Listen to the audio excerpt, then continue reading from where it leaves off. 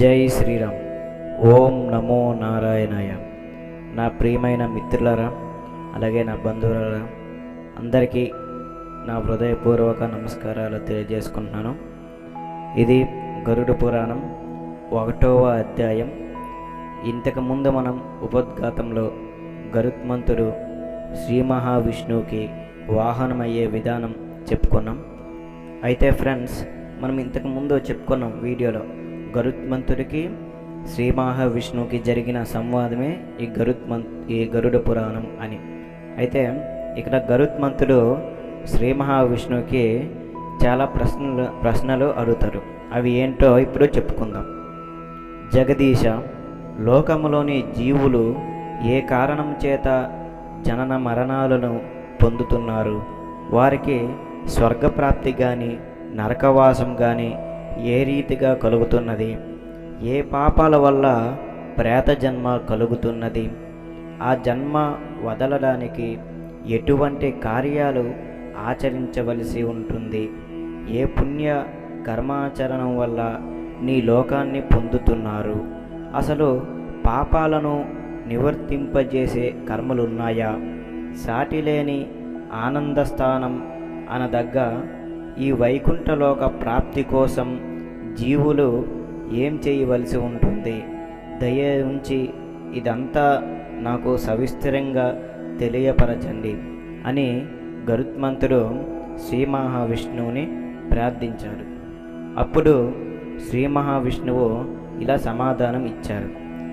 పరాక్రమశాలి గరుత్మంతుడా, చక్కటి ప్రశ్నలు వేశావు, కానీ ఇవి పూర్తిగా బహిర్గతపరచడం భావ్యం కాదు. అత్యంత రహస్యమైనవి అయినప్పటికీ జిజ్ఞాసతో నీవు ప్రశ్నించావు కనుక, నీ దగ్గర దాచదగ్గ రహస్యాలేమీ లేవు కనుక నీకు చెప్తున్నాను.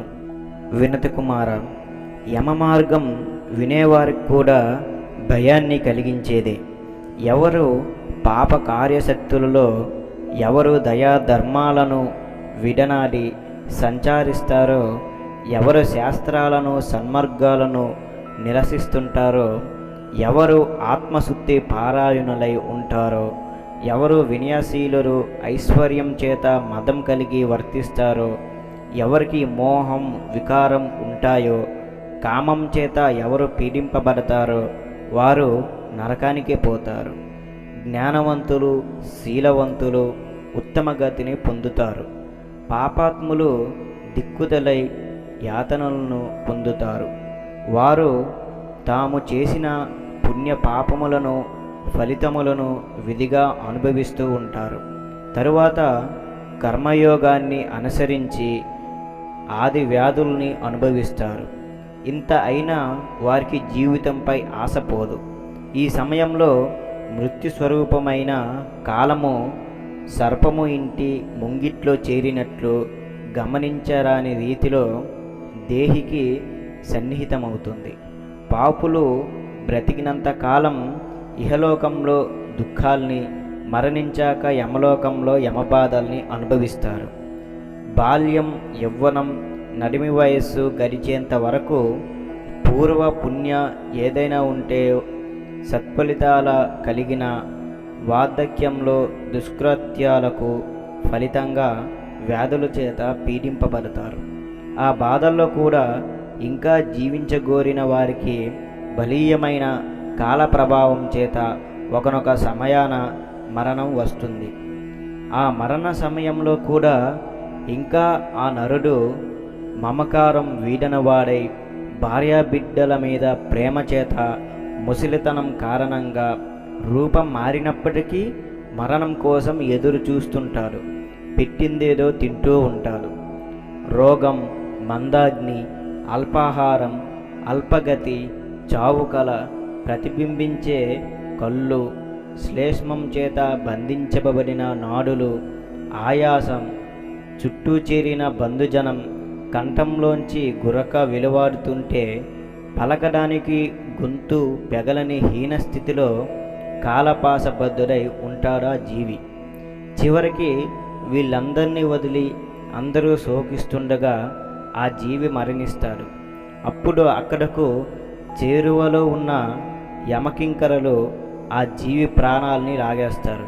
వేల కొద్ది తేళ్ళు ఒక్కసారిగా కుడితే ఎంత బాధ కలుగుతుందో అంత బాధతో ఆ జీవి మరణిస్తాడు.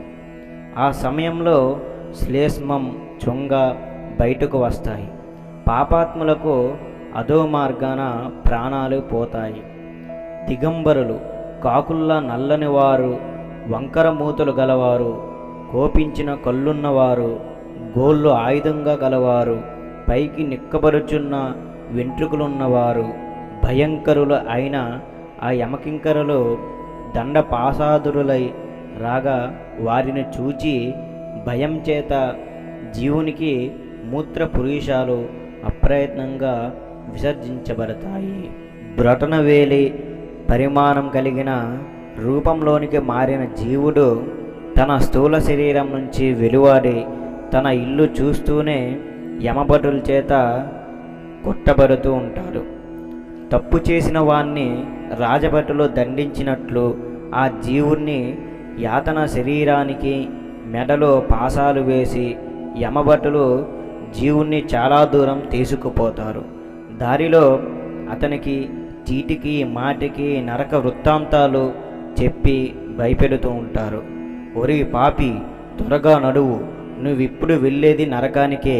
అచీర కాలంలోనే నిన్ను కుంభీపాకాది నరకాల్లో కూలవేస్తాం అంటూ యమకింకరులనే మాటలకు ఆ జీవుడు చాలా భయపడుతూ ఉంటాడు. దానికి తోడు తన బంధువులు చేసే ఆక్రందన ధ్వనులు కూడా జీవునికి చెవులకు సోకుతూ ఉంటాయి.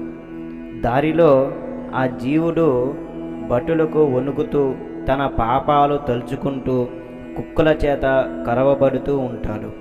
నడిచే శక్తి లేకున్నా కొరడాలతో యమభటుల చేత కొట్టడం చేత జీవుడు కాలిన ఇసుక పర్రలోంచి ఎండ వేడిమి వడగళ్ళు చేత బాధింపబడుతూ ఆకలి దప్పులుగల చేత బడలిక చెందుతూ ఏదోలా నడుస్తూ ఉంటాడు.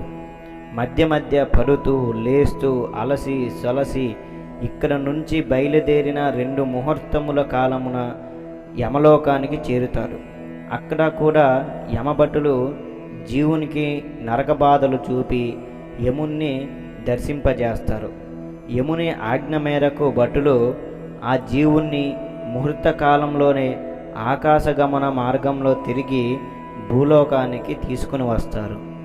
జీవుడు ఇక్కడికి తిరిగి వచ్చిన తన దేహంలోనికి తిరిగి ప్రవేశించగోరిన యమభటులు పాసాలకు గట్టిగా తగులుకొని ఉండడం వల్ల అతడి శ్రమంతా నిష్ఫలం అవుతుంది. ఆకలికి దప్పికకు బాగా రోధిస్తాడు. అప్పుడు అతడికి పుత్రులిచ్చే ఇవ్వబడే పిండములే, ఆహారము చేయబడే దానాలే నరకంలో ఉపశమనం. అయినప్పటికీ నాస్తిక పాపాత్ములకు వీటి వల్ల తృప్తి కలగదు. అనగా వీరికి పుత్రులిచ్చే జలాంజలి, శ్రద్ధం, దానాలు చేరవు. పిండము భుజిస్తున్నా కూడా వీరికి ఆకలి తీరదు. పైగా వీరు ఎంతో దుఃఖిస్తూ ప్రళయకాలం వరకు పిశాచ రూపంలో జనులు సంచారించని అరణ్యాలలో తిరుగుతూ ఉంటారు. చేసుకున్న కర్మ అనుభవించక తప్పదు కదా. కనుక మరణించినది మొదలు 10 రోజుల వరకు పుత్రుడు పిండ ప్రదానం చేస్తూ ఉండాలి. ఈ ప్రేతపిండం 4 భాగాలుగా విభజించబడగా అందులో 2 భాగాలు యాతన శరీరానికి, 1 భాగం యమదూతలకు, మిగిలిన భాగం మృతి చెందిన వారికి అందుతుందని శాస్త్రం చెప్తుంది. మరణించిన నాటి నుండి 9 రోజుల పాటు ఇలా ఇవ్వబడే ప్రేతపిండం వల్ల జీవునికి హస్తప్రమాణం కల పిండదేహం కలగడం, 10వ నాటి పిండం వల్ల ఆ దేహానికి బలం కలగడం సంభవం అవుతుంది. జీవుడి పిండదేహముతోనే పుణ్య పాపాలు అనుభవిస్తాడు. ఒక్కొక్క రోజు ఇచ్చే పిండం ప్రకారం, మొదటి రోజు ఇచ్చే పిండం ప్రకారం శిరస్సు, 2వ నాడు కంఠం, భుజాలు, 3వ నాడు హృదయం, 4వ నాడు పృష్ఠము అనగా పిరుదులు, 5వ నాడు బొడ్డు, 6వ నాడు మూల గుహ్యవయవం, 7వ నాడు తొడలు, 8వ నాడు పిక్కలు, 9వ నాడు పాదములు ఏర్పడి 10వ నాడు పిండముల వల్ల ఆకలి దప్పికలు కలుగుతాయి. 11వ నాటి పిండం వల్ల 12వ నాటి పిండం వల్ల ఈ బాధల నుంచి ఉపశమనం పొందడానికి పుత్రాదులు ఇచ్చే పిండములు భుజిస్తాడు. 13వ నాడు యమభటుల వెంట పాశబద్ధుడై కట్టుబడిన కోతి వలె దుర్గమమైన నరక మార్గాన జీవుడు ప్రయాణం ప్రారంభిస్తాడు. అది కూడా కట్టుబడిన కోతిలా ప్రయాణిస్తాడు. ఓ గరుత్మంతుడా, వైతారిణ నది వైశాల్యాన్ని మినాయించినా కూడా యమపురి 86,000 ఆమడల దూరంలో ఉంది.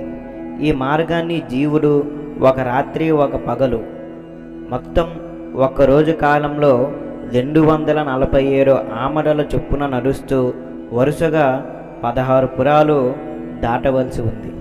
ఆ 16 పురాలు ఏమిటంటే సౌమ్యము, శౌరి, నాగేంద్ర భవనము, గంధర్వ, శైలగను, క్రౌంచ, క్రూర, విచిత్ర భవన, బహ్వపద, దుఃఖద, నానకాంధ్ర, సుతప్త, రౌద్ర, పయోవర్షణ, చితాఢ్య, బాహుబితి అనే ఈ 16 పురములు దాటిన తర్వాత యమపురానికి చేరుతారు. అయితే ఫ్రెండ్స్, ఇంతటితో ఈ 1వ అధ్యాయము పూర్తయినది. ఇంకా దీని గురించి అలాగే జీవుడి యొక్క ప్రయాణం గురించి ఇంకా ముందు ముందు స్పష్టంగా తెలుసుకుందాం. ఓం నమో నారాయణాయ. జై శ్రీరామ్.